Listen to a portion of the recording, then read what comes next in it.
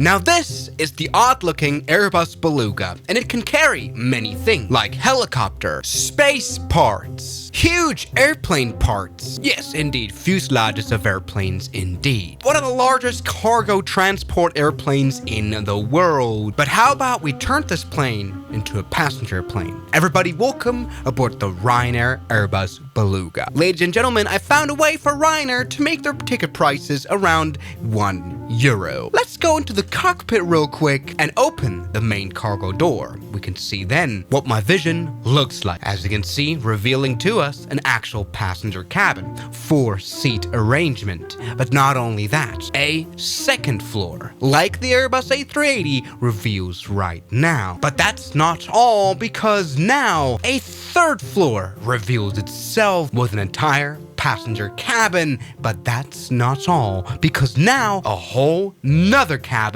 with a fourth floor reveals itself. Ladies and gentlemen, people always underestimate my insane genius. This is a lot of people that could fit inside the Airbus Beluga. And it is a concept that would in theory work. You know, you'd have some sort of crane right here that would bring the passengers to each floor. We have 4 floors, by the way, indeed. Let me just quickly go ahead and get rid right now here of the shell here, just so we can have a peek inside of the actual airplane. This is indeed what it looks like. You know, people always say the Airbus A380 with 509 seats will be the plane that will carry most passengers. It carries 509, and we will never actually cross that benchmark. But let me tell you, this we definitely did that. Once again, 4-row arrangement. I haven't even dared to make count of all the seats here. I should probably hire someone from the third world on Fiverr to do that for me. That's a lot of work. All right, lower deck first. Let's go ahead and count. I mean, check out the lower deck. We're fully using out the Airbus Beluga, as you can see. It's absolutely ridiculous how long the cabin even is. I think boarding, though, would take a long time, though. We only have one door. It's this big door. But anyway, count the rows. 1, 2,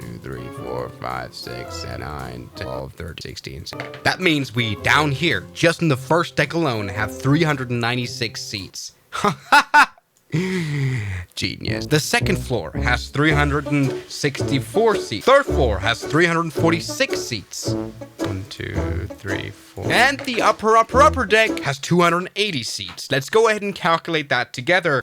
And we have an overall count of 1,386 seats. That is an insane capacity for an airplane, especially with only 2 engines, ladies and gentlemen. Yes, this might just be pretty stupid. Why? Because first of all, passenger comfort sucks. Let's go ahead and do a little bit of exploring here of the actual cabin. Let's spawn into the cockpit right now. Now, the good thing is that it's obviously way below the actual flight deck, which is kind of nice. We have our nice little crew area right here. Here you can set up a kitchen. Here you are nicely segregated from the poor people. You even have your own exit and entry, little stairs that come out, as you can tell. Yes, we don't have to board like anyone else. Actually, boarding, you don't even have to use this big door. Like, even for the passengers, you could go upstairs right here. And then, as you can see, there is a trapdoor with a ladder. You can actually climb on top. And then you're at least already in the first deck. The first of many, ladies and gentlemen. And this is many seats.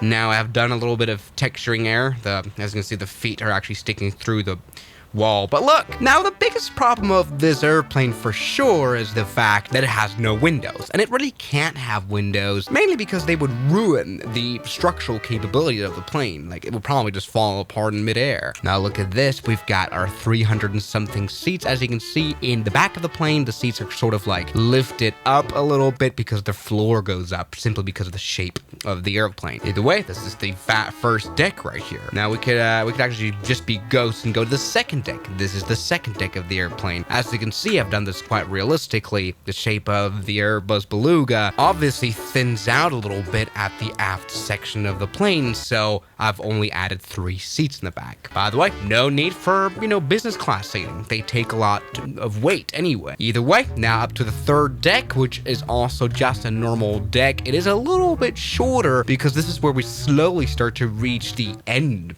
of the fuselage, as you can see, and then we can go up all the way into the last deck. As you can see, here is your little area that has no seats, mainly because people wouldn't actually be able to fit. Actually, you could fit like a few more seats in here. Never mind. Yes, this is the attic of the airplane, the very top.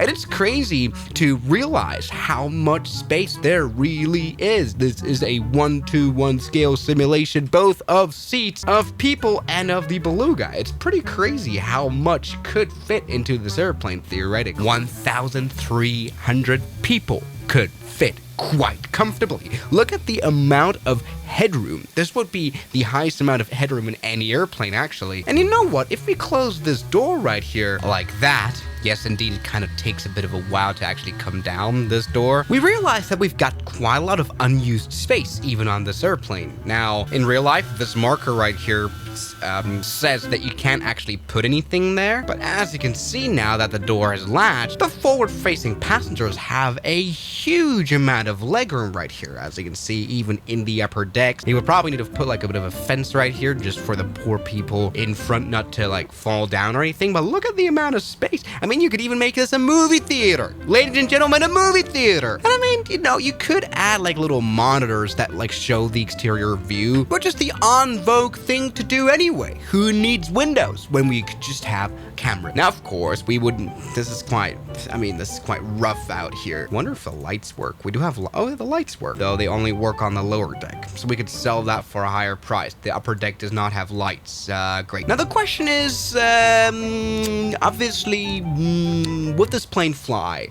And this is actually a good question. See, while the Airbus Beluga has a lot of volume it can't carry a lot of weight. I mean, you know, while there is a huge cargo space even below the cabin, you can see the feet from the passenger sticking through. We'd probably not be able to load in as much, right? I mean, let's consider fuel for like a 1.5 hour flight. That is very much long. You know, that's a lot of fuel. That's very much good enough for all the Ryanair flight. You would first have to calculate the extra weight that the 1,300 new seats as well as the floors brings along. Now, the good thing is Ryanair uses so-called slimline seats without seat pockets. They are extremely light. ChatGPT says that they only weigh 10 kilograms at max, which would mean only 14 tons of added weight. This is perfect. But of course, here comes the interesting part. How many people can we realistically carry by weight? If we consider 80 kilograms per person a realistic load, we come to a number of 40 tons for 500 passengers. You know, just to see if this plane could compete with, you know, the Airbus A380. So let's take a look. We're now weighing 54,000 tons of internal load, which is where we come to a little bit of a problem. With a realistic amount of fuel on board, we're definitely above the maximum weight already. See, this is the problem. This plane couldn't really carry that many people after all. After all, we're limited by 2 engines. But yes, we could carry 500 people with 2 engines. Huge difference there. Let's go ahead and take off now. Full power on the Airbus A300 Beluga.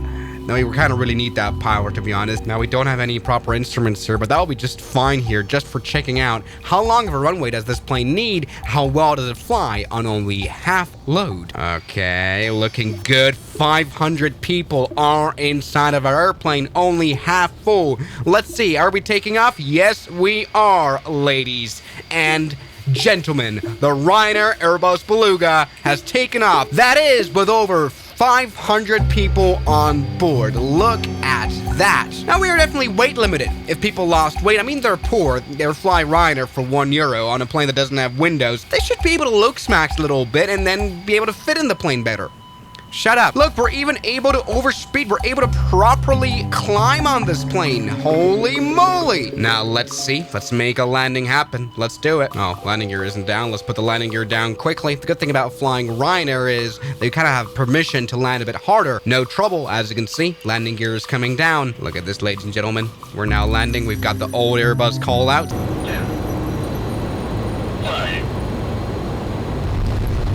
I've butted on Ryanair. Look at that. And we can now stop. Let's go and push the reverse thrusters to the max. Put the brakes to the max a little bit. Kind of need to do that in order to stop on this runway, which isn't the longest. Oh, I'm not really doing well.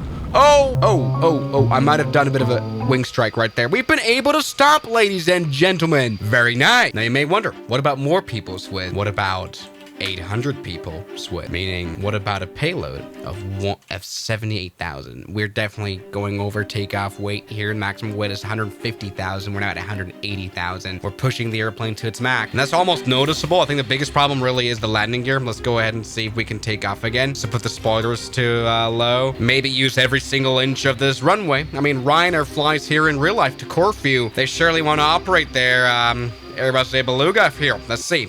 Take off. Full power. You can do it. I'm trusting in you. Engines are running at full power. 800 people in the Beluga doing well. They can't really see much. It's a bit of a weird thing, probably. You probably get motion sick really quick now that you can't look outside. All you see is like, you see nothing and you feel. Now with this kind of weight, you can, oh my God, steering the plane is horrible. Let's see if we're able to take off. Full power, yes. 170 knots. Let's see if the wings are able to generate some lift for us. Yes, they are. Yes, they are. The plane has we've lost our engines for some reason. That can't be good. And we've crashed. But we were able to take off briefly. I don't know what happened now. Nothing to worry about, ladies and gentlemen. 800 people worked fine. Let's work with 1,000 people. Now, granted, none of those are supposed to wear like bags. Anyway, brings our total up to 94,000 kilograms of upper deck. Oh my God, we're now 50,000 kilograms overweight. Let's see if we can do it. I can clearly sense it here in the landing gear, which would have to be redesigned. Obviously, a heavy plane like this would need like another set of landing gear like the A340 or something, just so that these things don't sink into the ground, but nothing to worry about. Let's see, we're getting close to what we want. We're just transporting 1,300 people on our seat. Now you can clearly see steering this plane on a takeoff roll, definitely not a good idea. Let's put the flaps down as we reach the end of the runway. Please generate some liftation. Yes, ladies and gentlemen, 1,000 people in our airplane. That is just insane, and it works. Actually, by the way, the reason of the engine failure later on was the auto throttle just turning on and putting the plane to 100 knots. The engines were fully functional. This fully works. Look, we can even like, I mean, we're kind of, I don't know what we're doing. Overspeeding, underspeeding, don't really know what's happening. Anyway, we can put the flaps down totally and do something crazy right here. This is what you're definitely not supposed to do, but we're kind of testing the aerodynamics of operating this plane definitely beyond the limit. Look at that. We're even able to pull quad. Look at this. Wonderful with the landing gear down. Now let's come in for a landing here at Corfu. Oh God, we need more power. We need more power. What a beautiful butter landing. Let's go. Let's go. Let's go. Stop. Let's go. Stop. Fall into the brakes right now. All into the brakes. This is kind of this is probably gonna be very on fire. Oh my. Oh. Oh. We've already done. Oh, we've done this badly. We've done this very badly. We have got engine scrapes. We've got more engines. Yeah, it's really interesting how weird the springs become. We've done a landing, ladies and gentlemen. The brakes are very much on fire as it seems now.